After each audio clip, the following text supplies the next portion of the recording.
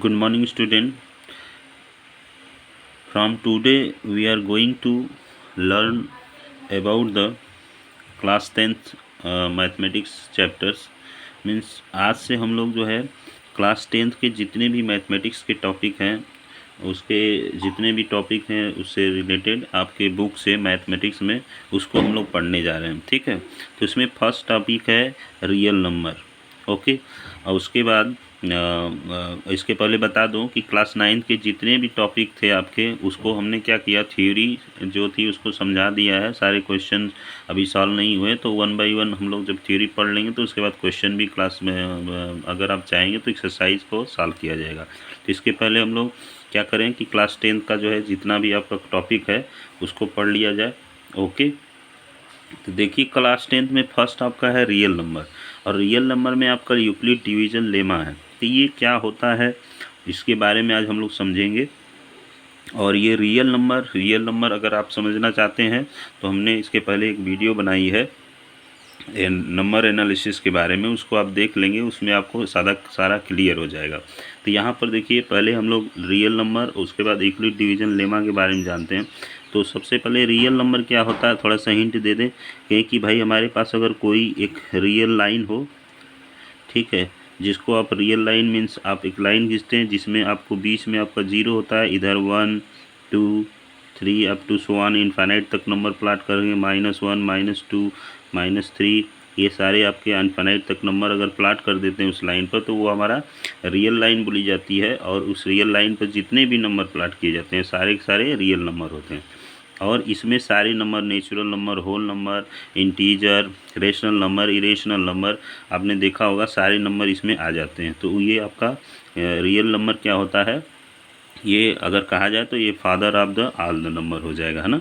ठीक है, केवल इमेजिनरी नंबर को छोड़ करके। तो आपकी अभी छोटी क्लास है, अगर जितने भी आपने पढ़े हैं, नेचुरल नंबर पढ़ा है, ठीक है, होल नंबर पढ़ा है, ठीक है, फिर आपने इरेशनल नंबर, रेशनल नंबर और इरेशनल नंबर जितने भी आपने पढ़े हैं, ठीक है, वो सारे इसमें क्या हो जाते हैं, समाहित हो जाते हैं, जिसे रियल नंबर बोला जाता है। अब हम लोग यूक्लिड लेमा की बात करते हैं।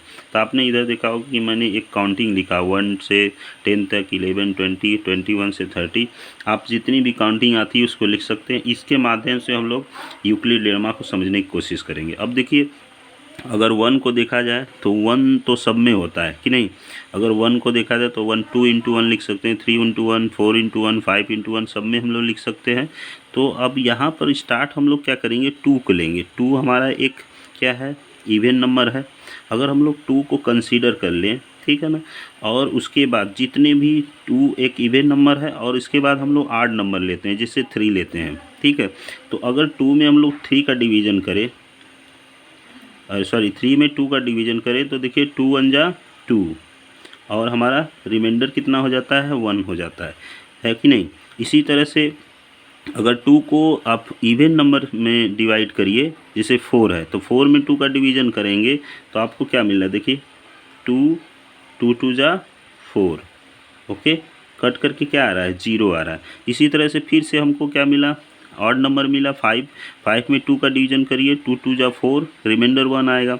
इसी तरह से 6 में करेंगे तो आपको 0 आएगा, फिर 7 करिए, 2 3 जा 6, हमको 1 आएगा। इसी तरह से आप देखिए इवन में जब कर रहे हैं तो हमको क्या मिल रहा है, रिमाइंडर हमारा 0 मिल रहा है। जब हम आड में 2 का डिवीजन कर रहे हैं तो हमको क्या मिल रहा है, रिमाइंडर 1 मिल रहा है, ठीक है। इसी तरह से यहाँ देखिए 2 5 जा 10, है ना। ऐसे अगर करते जाएंगे तो 2 9 जा 18, ओके।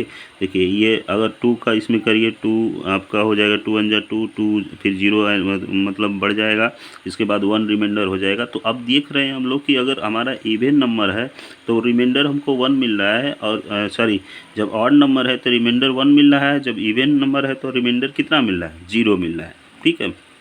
मीन्स अगर हम किसी भी, हमारे पास अगर बहुत सारे नंबर प्रेजेंट होते हैं, number of infinite number, natural number हैं, तो उसमें किसी इवन को 2 को उठा रहे हैं तो ये केस हमको मिल रही। अब हम क्या करते हैं, देखिए अब इसी तरह से हम लोग 3 को ले लेते हैं, ठीक है, 3 को ले लें।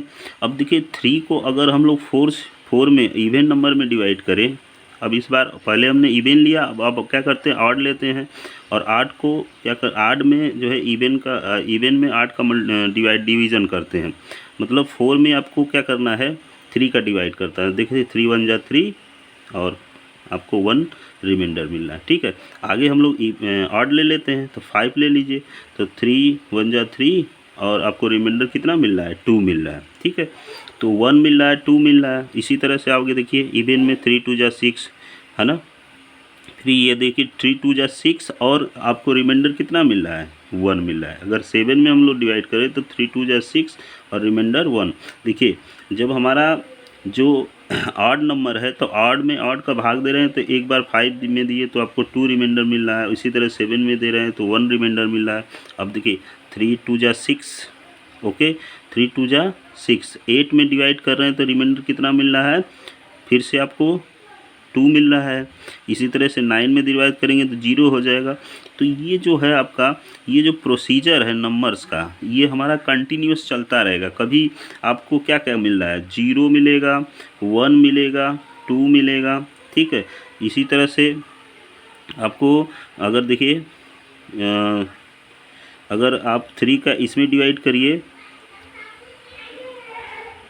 तो आपको रिमाइंडर कितना मिलेगा, 2 मिलेगा। ठीक है, क्योंकि 3 9 जा 27 होता है। अब आगे वैसे ही नंबर ले लीजिए, जैसे 4 ले लिए तो 4 में 5 का डिवीजन करिए, रिमाइंडर 1 मिलेगा। 4 में 6 में 4 का डिवीजन करिए, रिमाइंडर 2 मिलेगा। और अब इसमें करिए 7 में तो आपको रिमाइंडर कितना मिलेगा, 3 मिलेगा। ठीक है ना, 3 मिल रहा है ना, देखिए 3 मिलेगा। इसी तरह से आपको अगर ये देखें आगे चले जाएँ तो 4 2 जा 8, ऐसे ही अगर नेक्स्ट नंबर ले लें, ओके, तो जैसे कि जितना भी हो जाए, आप 29 ले लीजिए या 30 ले लीजिए तो 2 मिलेगा, और इसमें ले लीजिए तो 1 मिलेगा। अगर 26 में आप डिवीज़न कर दीजिए तो आपको मिलेगा 2 मिलेगा। ठीक है, तो जब 4 आप देखिए 4 ले रहे हैं तो फिर से हमको 0 1 2 मिल रहा है, रिमाइंडर इस फॉर्म में आ रहा है। ओके, और उसी तरह से आपको अगर हम लोग 5 ले लें तो देखिए 5 में अगर 1 6 में डिवीजन करें 1 मिलेगा, इसमें करेंगे तो 2 रिमाइंडर मिलेगा, इसमें करेंगे तो 3 मिलेगा। ठीक है, इसमें करें तो आपको क्या मिलेगा, 4 मिलेगा। ओके, 4 मिलेगा। इसी तरह से देखिए ज्यों-ज्यों आपको नंबर आप बढ़ाते जा रहे हो, रिमाइंडर जो मिलना शुरू हो रहा है 0 1 2, उसी तरह से 3 एंड 4 के फॉर्म में मिलता जा रहा है। ठीक है, ये जो 0 1 2 3 4 फॉर्म है, इसी को देख करके यूक्लिड ने क्या किया कि देखा कि हम अगर नंबर्स को लेते हैं, संख्याओं को लेते हैं 0 से 9 तक, ठीक है, तो अब जब जो नंबर है उसके नेक्स्ट नंबर में डिवाइड करते हैं तो वो डिवाइड करने के बाद हमको रिमाइंडर 0 1 2 3 4 इस फॉर्म में हमेशा मिलता रहता है। तो उन्होंने इसी को क्या किया, एक फ्रेमवर्क दे दिया, एक प्लेटफॉर्म दे दिया। और उसको देखिए कैसे दिया है उन्होंने, तो हम लोग देखिए यूक्लिड लेमा जो अभी अभी हम लोग एग्जाम्पल पढ़े हैं कि किसी भी नंबर को हम लोग क्रम से कंटिन्यूसली डिवाइड कर रहे थे। जैसे आप 4 में 2 का डिवीज़न करिए तो रिमाइंडर 0 आ रहा था, आप 3 में डिवीज़न करिए तो 2 का तो आपको रिमाइंडर 1 मिल रहा था। इसी तरह 5 को 3 से डिवाइड करिए तो रिमाइंडर 2 मिल रहा था। ठीक है, इसी तरह से 7 में 4 का डिवीज़न करिए तो रिमाइंडर 3 मिल रहा था। इसी तरह से 9 में 4 का डिवीज़न करिए तो रिमाइंडर 4 मिल रहा है। तो इसी तरह से हमको जो रिमाइंडर हमेशा मिलता रहता है वो क्या मिलता है, 0 मिल सकता है, 1 मिल सकता है, 2 मिल सकता है, 3 मिल सकता है एंड 4 मिल सकता है। ठीक है, इस तरह से हमको रिमाइंडर मिलता रहेगा।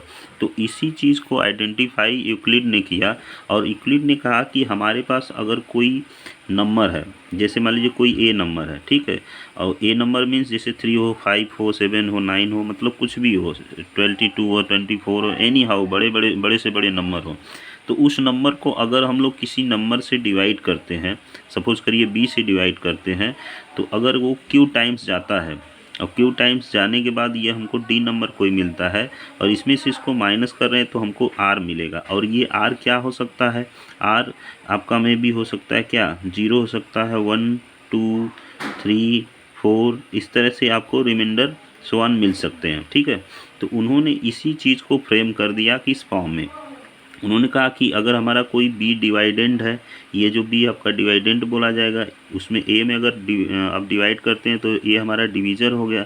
तो उस केस में हमको जब जो ही डिवाइड करेंगे तो हमको कोसेंट मिलेगा, मतलब जितनी बार गया क्यू से डिनोट कर दिए कोसेंट रिमाइंडर आर।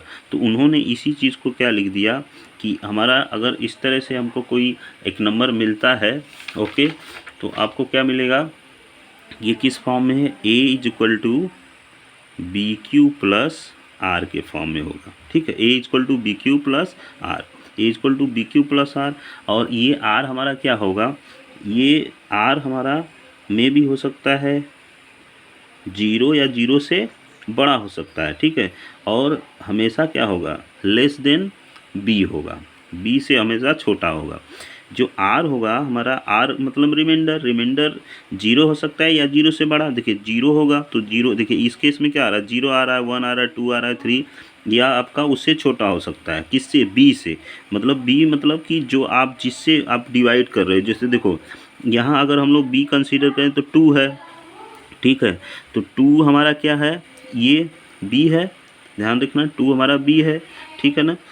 तो यहाँ पर अगर हम लोग लिख ले 2, तो आर हमारा क्या है, रिमाइंडर कितना मिल रहा है, 1 मिल रहा है, तो 2 हमारा क्या है, लेस देन 1 है। इसी तरह से यहाँ देखिए 3 ले लीजिए, तो 3 हमारा क्या है, बी है, बी हमारा 2 से क्या है, बड़ा है, मतलब जो रिमाइंडर 2 है लेस देन 3 आ रहा है। देखिए रिमाइंडर यहाँ 3 है, लेस देन क्या आ रहा है, 4 आ रहा है, रिमाइंडर हमारा 4 है, लेस देन क्या आ रहा है, 5 आ रहा है। मतलब कभी भी जो रिमाइंडर है उसके डिवाइडेंड से बड़ा नहीं होगा, उससे छोटा ही होगा, और सबसे लिस्ट वैल्यू उसकी क्या हो जाएगी, 0 हो जाएगी। इसी को उन्होंने लिखा A equal to B Q plus R, ठीक है। तो इस एग्जाम्पल से हम लोग समझ सकते हैं, जैसे अब इसी से लें तो ए हमारा क्या हो जाएगा, इसमें ए हमारा 9 हो जाएगा यहाँ पर, है ना, ए इज इक्वल टू 9 हो जाएगा, और बी की वैल्यू कितनी हो जाएगी, 5 हो जाएगी, और जो क्यू है हमारा, क्यू की वैल्यू कितनी हो जाएगी आपकी, 1 हो जाएगी, क्यू इज इक्वल टू 1, और रिमाइंडर हमारा कितना आ रहा है, 4 आ रहा है, ठीक है। तो आर की वैल्यू यहाँ पर 4 हो जाएगी। तो सारे नंबर इसी फॉर्म में एक्सप्रेस किए जाते हैं, इसी को यूक्लिड लेमा कहा जाता है। अब इसी चीज़ को हम लोग आगे और विस्तार से पढ़ेंगे, ठीक है। मतलब सिंपल आपको क्या करता है, डिवीज़न अगर आता है तो आप यूक्लिड लेमा को अच्छी तरह से समझ सकते हैं। Okay, thank you.